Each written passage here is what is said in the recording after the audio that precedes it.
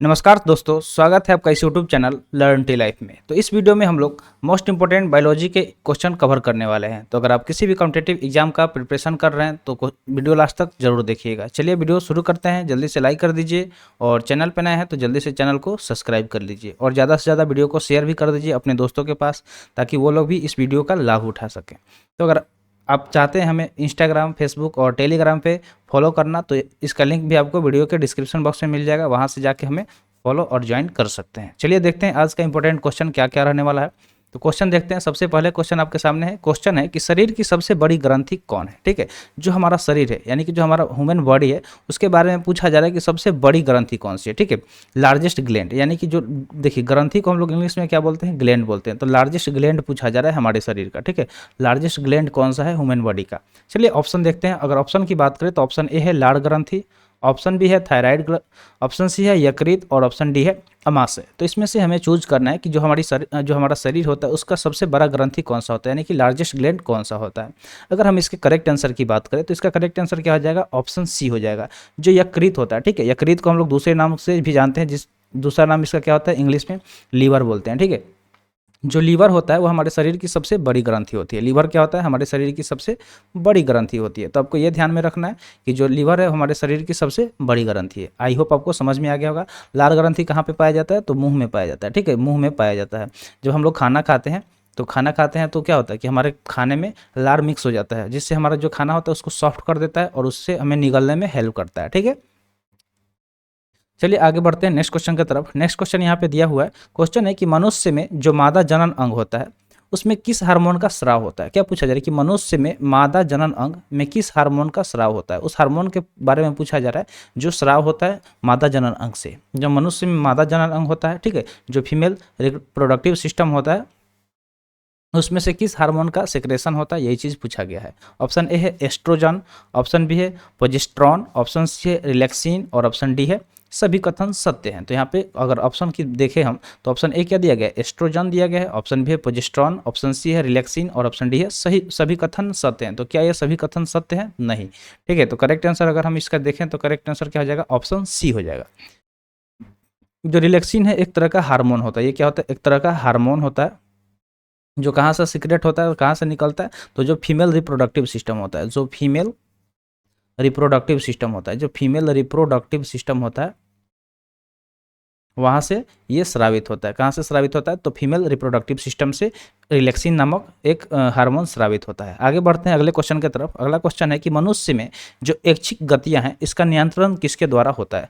जो भी ऐच्छिक गतियाँ हैं, जैसे मान लीजिए कि आपको जो इच्छा हो रहा है वो करना चाह रहे हैं लेकिन उसका नियंत्रण करने का काम कर रहा है। जैसे मान लीजिए अभी आप पढ़ने के बैठे, तब तक अचानक पता चला कि फ़ोन पर एक नोटिफिकेशन आ गया, दोस्त का मैसेज आ गया। ठीक है, अब आपका मन करेगा कि उसको रिप्लाई दे, लेकिन अब फोकस बनाए हुए हैं पढ़ाई पर, मन करेगा रिप्लाई दे, फिर आप सोच रहे हैं कि नहीं मेरा पढ़ाई डिस्टर्ब होगा। तो इस चीज़ में जो मतलब इस तरह से जो हमारा ध्यान भटकता है तो उसको नियंत्रण करने का काम किसका होता है, यही चीज़ पूछा गया है। तो चलिए ऑप्शन देखते हैं। ऑप्शन ए है सेरिब्रम, ऑप्शन बी है थायराइड, ऑप्शन सी है सेरिबेलम और ऑप्शन डी है इनमें से कोई नहीं। तो इनमें से कौन सा है जो ऐच्छिक गतियों का नियंत्रण करता है, तो इसका सही उत्तर हम देखें तो ऑप्शन ए हो जाएगा। जो सेरिब्रम होता है, जो हमारे दिमाग में एक सेरिब्रम होता है, ठीक है, दिमाग का 3 भाग होता है, तो सेरिब्रम जो होता है वो क्या करता है, ऐच्छिक गतियों को नियंत्रण करता है। तो हमारे शरीर में जो भी ऐच्छिक गतियाँ होती है मनुष्य में, उसको नियंत्रण करने का काम कौन करता है, तो सेरिब्रम करता है। उम्मीद करते हैं आपको समझ में आ गया होगा। आगे बढ़ते हैं अगले सवाल की तरफ। अगला सवाल है कि शरीर का तापक्रम कहाँ नियंत्रित होता है। जो हमारा शरीर है, ठीक है, जो हमारा बॉडी है, तो बॉडी का टेम्परेचर, ठीक है, बॉडी का टेम्परेचर,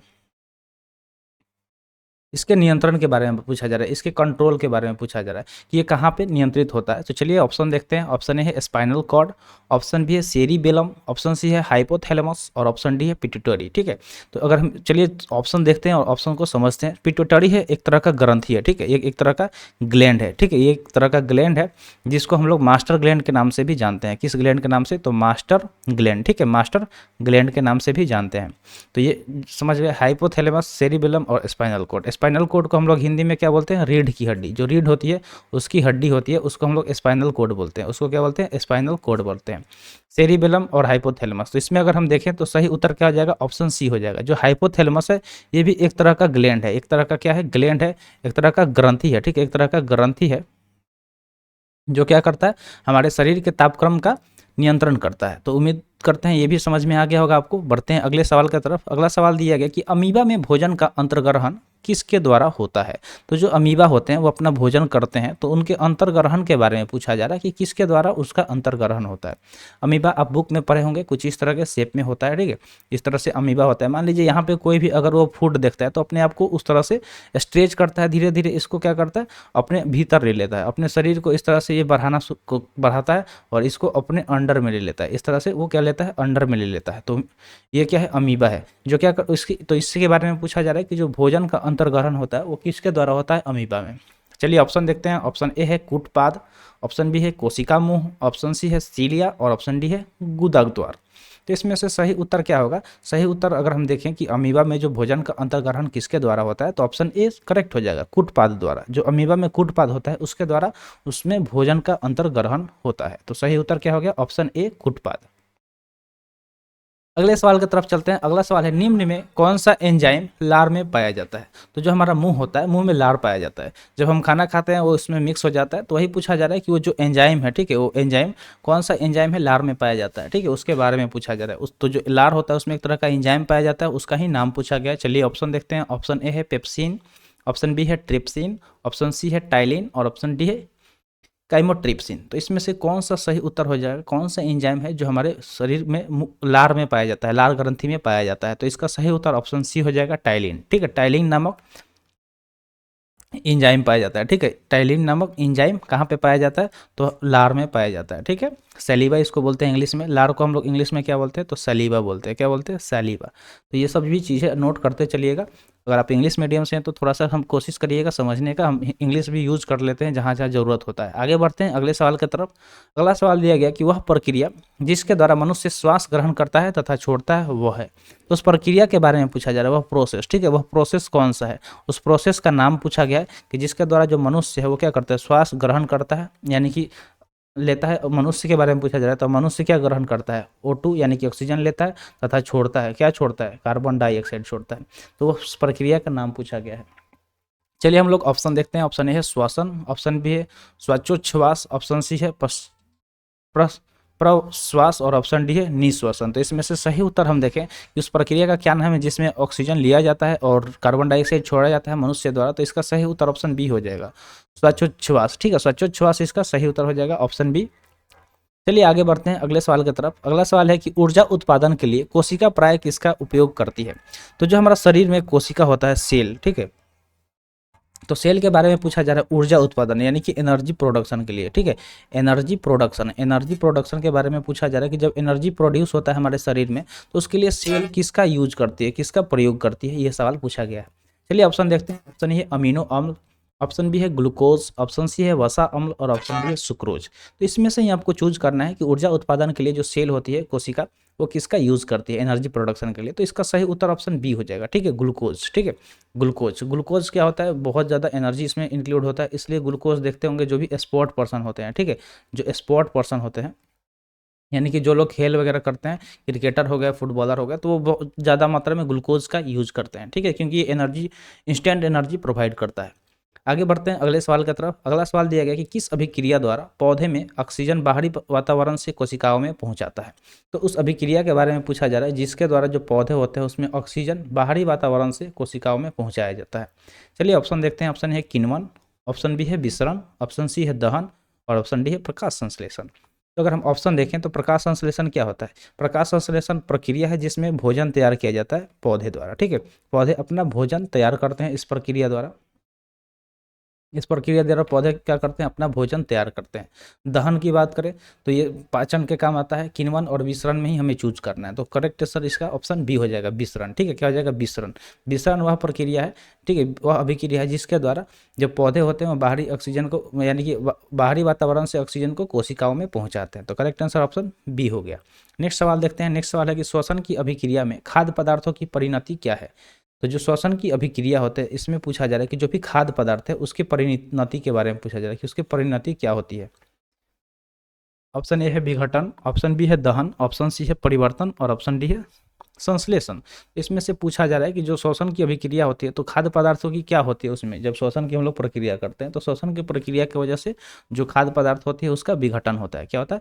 विघटन होता है। ठीक है, उसका विघटन होता है। तो करेक्ट आंसर ऑप्शन ए हो गया। नेक्स्ट क्वेश्चन देखते हैं। नेक्स्ट क्वेश्चन है खाद्य पदार्थों का पौधों में स्थानांतरण का मुख्य रूप कौन सा है। तो जो खाद्य पदार्थ है, ठीक है, जो भी खाद्य पदार्थ है तो उसका पूछा जा रहा है कि पौधे में स्थानांतरण का मुख्य रूप कौन सा है। मुख्य रूप पूछा जा रहा है पौधे में कौन सा है। तो चलिए ऑप्शन देखते हैं। ऑप्शन ए है ग्लूकोज, ऑप्शन बी है स्टार्च, ऑप्शन सी है सुक्रोज और ऑप्शन डी है प्रोटीन। तो इसमें से खाद्य पदार्थों का पौधे में स्थानांतरण का मुख्य रूप कौन सा है। तो सही उत्तर इसका हो जाएगा ऑप्शन सी सुक्रोज। क्या हो जाएगा? सुक्रोज। ठीक है, सुक्रोज इसका करेक्ट आंसर हो जाएगा।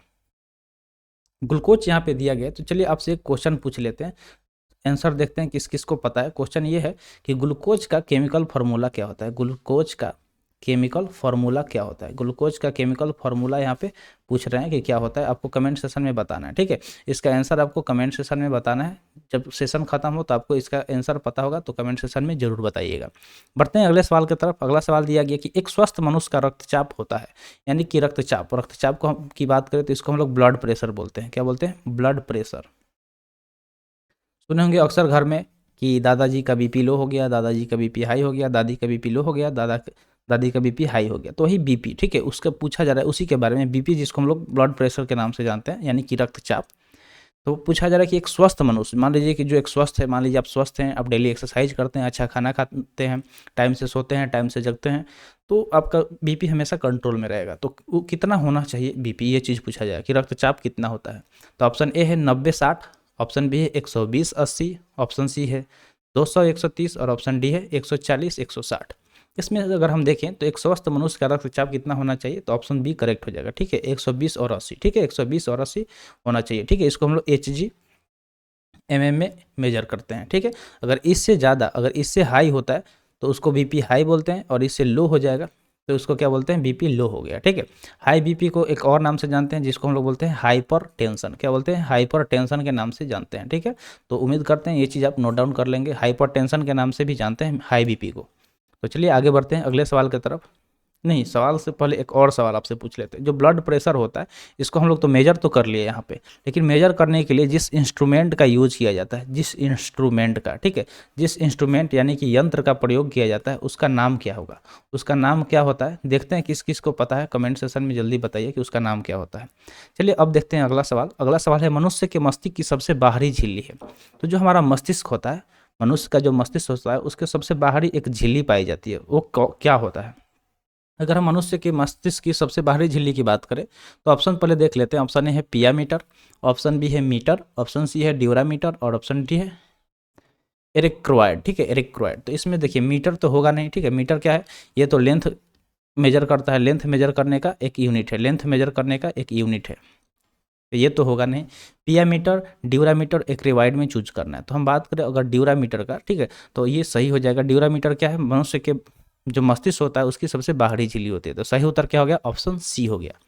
अगला सवाल देखते हैं। अगला सवाल दिया गया कि मनुष्य की सूंघने की क्षमता को नियंत्रित करता है। ठीक है, सूंघने की क्षमता यहाँ पे बोला जा रहा है। किस कौन सी क्षमता? सूंघने की क्षमता। सूंघने की क्षमता में बहुत ज़्यादा हेल्प करती है किसी चीज़ को आइडेंटिफाई करने में। अगर अच्छा स्मेल है तो समझ लीजिए कि कोई चीज़ अच्छा है, कुछ खराब स्मेल आ रहा है समझ लीजिए कुछ गंदा है। जैसे घर में कुछ अच्छा स्वादिष्ट खाना बनता है तो पहले अगर रूम में हम लोग पढ़ रहे होते हैं, अचानक से हमारे नाक में सुगंध आता है, वाह कुछ तो डिलीशियस बन रहा है। फिर हमारा ध्यान सीधे कहाँ जाता है? खाने की तरफ, और हम उठ के कहाँ भाग के जाते हैं? किचन की तरफ कि क्या बन रहा है। तो सूंघने का जो ये क्षमता होता है इसको नियंत्रित करने का कौन काम करता है। ठीक है, इसको नियंत्रित करने का काम कौन करता है? तो ऑप्शन ए है ऑप्टिकल पाली, ऑप्शन बी है ध्यानेंद्रिय पाली, ऑप्शन सी है सेरिब्रम और ऑप्शन डी है इनमें से कोई नहीं। तो अगर हम बात करें सूंघने की क्षमता के बारे में तो इसको कंट्रोल करना, इसको नियंत्रित करने का काम करता है ध्यानेंद्रिय पाली, यानी कि ऑप्शन बी इसका करेक्ट आंसर हो जाएगा। जो ध्यानेंद्रिय पाली होता है वो क्या करता है? सूंघने का स्मेलिंग कैपेसिटी को नियंत्रित करता है। क्या करता है? स्मेलिंग कैपेसिटी, जो स्मेलिंग कैपेसिटी होता है उसको कंट्रोल करता है। उसको क्या करता है? कंट्रोल करता है। कौन करता है? तो ध्यानेंद्रिय पाली। अगला सवाल और आज के सेशन का ये लास्ट सवाल रहेगा, फिर हम लोग आगे मिलेंगे अगले सेशन में। तो यहाँ पे पूछा गया कि मनुष्य में बुद्धि एवं चतुराई का केंद्र है। ठीक है, जो मनुष्य होता है तो उसके चतुराई का केंद्र कौन सा होता है? बुद्धि और चतुराई का केंद्र कौन सा होता है? तो सही ऐसे तो हम लोग बोल देंगे दिमाग। दिमाग ही सब कुछ करता है, सोचने का काम करता है, किसी प्रॉब्लम को सॉल्व करने का काम करता है। किसी चीज़ को याद करने का काम करता है। तो दिमाग में भी अलग अलग पार्ट होता है, ठीक है। तो वो उसमें से पूछा जाए कि कौन सा, तो ऑप्शन ए है सेरिबेलम, ऑप्शन बी है हाइपोथैलेमस, ऑप्शन सी है सेरिब्रम और ऑप्शन डी है स्पाइनल कॉर्ड। चलिए पहले एलिमिनेट करते हैं। स्पाइनल कॉर्ड नहीं होगा, क्यों नहीं होगा? क्योंकि ये रीढ़ की हड्डी होती है। क्या होती है? रीढ़ की हड्डी होती है। तो रीढ़ की हड्डी तो बुद्धि और चतुराई का केंद्र नहीं है, तो इसलिए नहीं हो जाएगा। हाइपोथैलेमस क्या है? एक तरह का ग्लैंड है। ये क्या है? एक तरह का ग्लैंड है, यानी कि ग्रंथि है, जो क्या करता है?